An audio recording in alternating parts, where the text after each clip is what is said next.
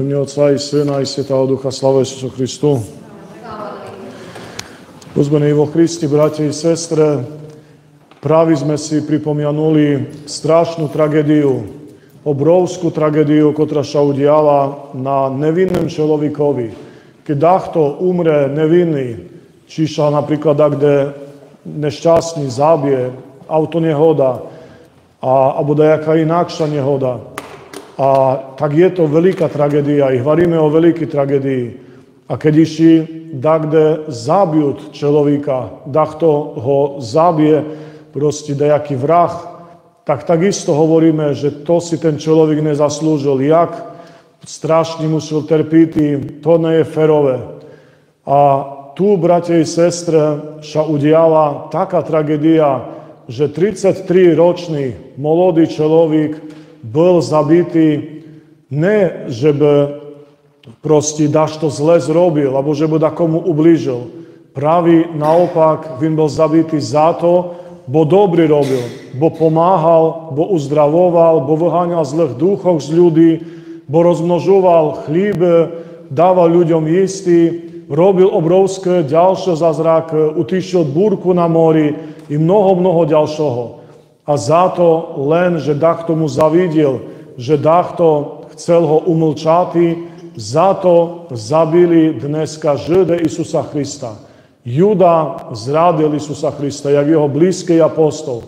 Ale toto archiereji, ktoré vlastne ho dali na toto rozpiatie Pontiskému Pilátu, zrobili takisto obrovský hřích veľký i nechceli ho prijati jak Mesiáša, nechceli ho uznati, mali inakšie predstave o Mesiášovi, toho, ktorého oni čekali.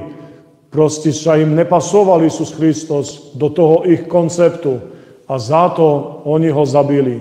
I dneska sme si pripomínali toto strasti, sme čítali 12 evangelí, kde sme stradali s Isusom Kristom. Každé jedno toto slovo Evangelia, kde perše Kristus učil ľudí. Potom sme išli postupne, jak večerial, jak so s týma svojima apostolami bišidoval, jak ho zajali, jak ho mučili, jak ho bičovali, jak potom ho rozpiali na kresti, jak umer a došli sme až do toho okamihu, koli žene prichodžali pomalenke na hrob, že by pomazali telo Isusa Krista.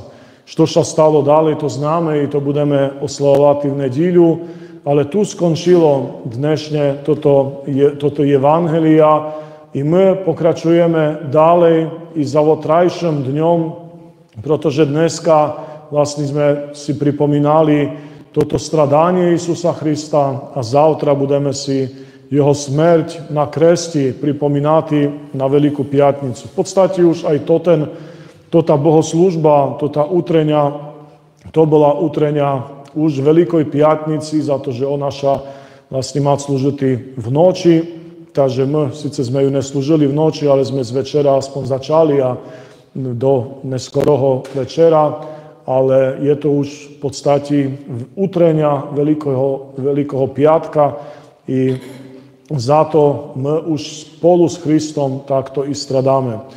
Sláva Isusu Christu.